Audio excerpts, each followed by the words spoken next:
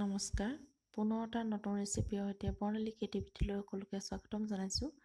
আৰু আজি বনাবলৈ লৈছোঁ পিঠাগুড়ি কেক। তাৰ বাবে লৈছোঁ 2টা কণী, ভালকৈ ফেটি লৈছোঁ। আৰু দিছোঁ মেজাৰমেণ্ট কাপেৰে একাপ চেনি,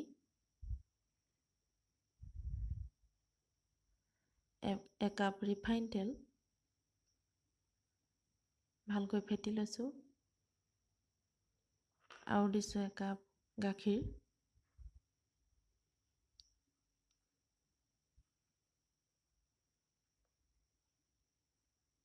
পুনৰ ভালকৈ ফেটি লৈছোঁ। এতিয়া এখন চাকনিত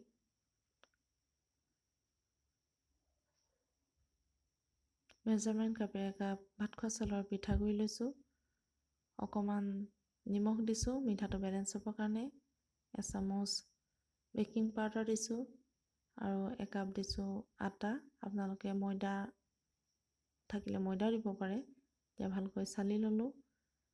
এতিয়া গোটেইখিনি ভালকৈ ফেটি লৈছোঁ।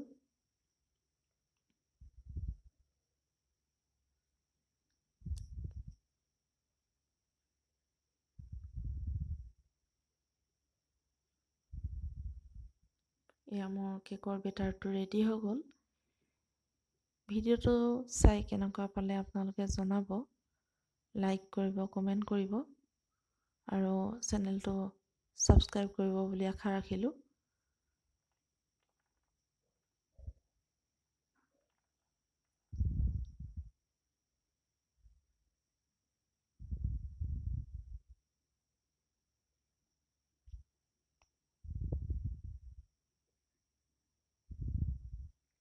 এতিয়া মই এটা এলুমিনিয়ামৰ বাতি লৈছোঁ আৰু তাত মোৰ কেকৰ পেপাৰখিনি শেষ হোৱাৰ কাৰণে অলপ ৰিফাইন তেল সানি ল'লোঁ আৰু এতিয়া চাৰিওকাষে আটা ছটিয়াই লৈছোঁ, তেতিয়া কেকটো লাগি নধৰে।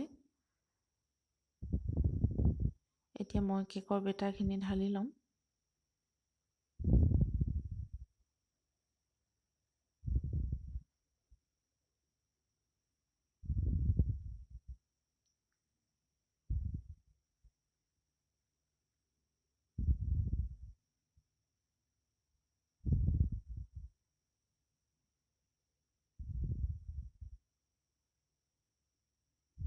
এতিয়া মই এটা কুকাৰত ষ্টেণ্ডটো পাতি লৈছোঁ আৰু তাত কেকৰ বাতিটো বহাই দিছোঁ।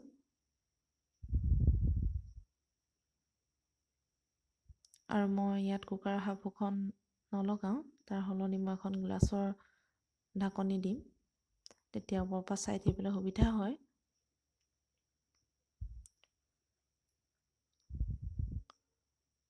মই 30 মিনিট ৰাখিম, তাৰপিছত চেক কৰিম।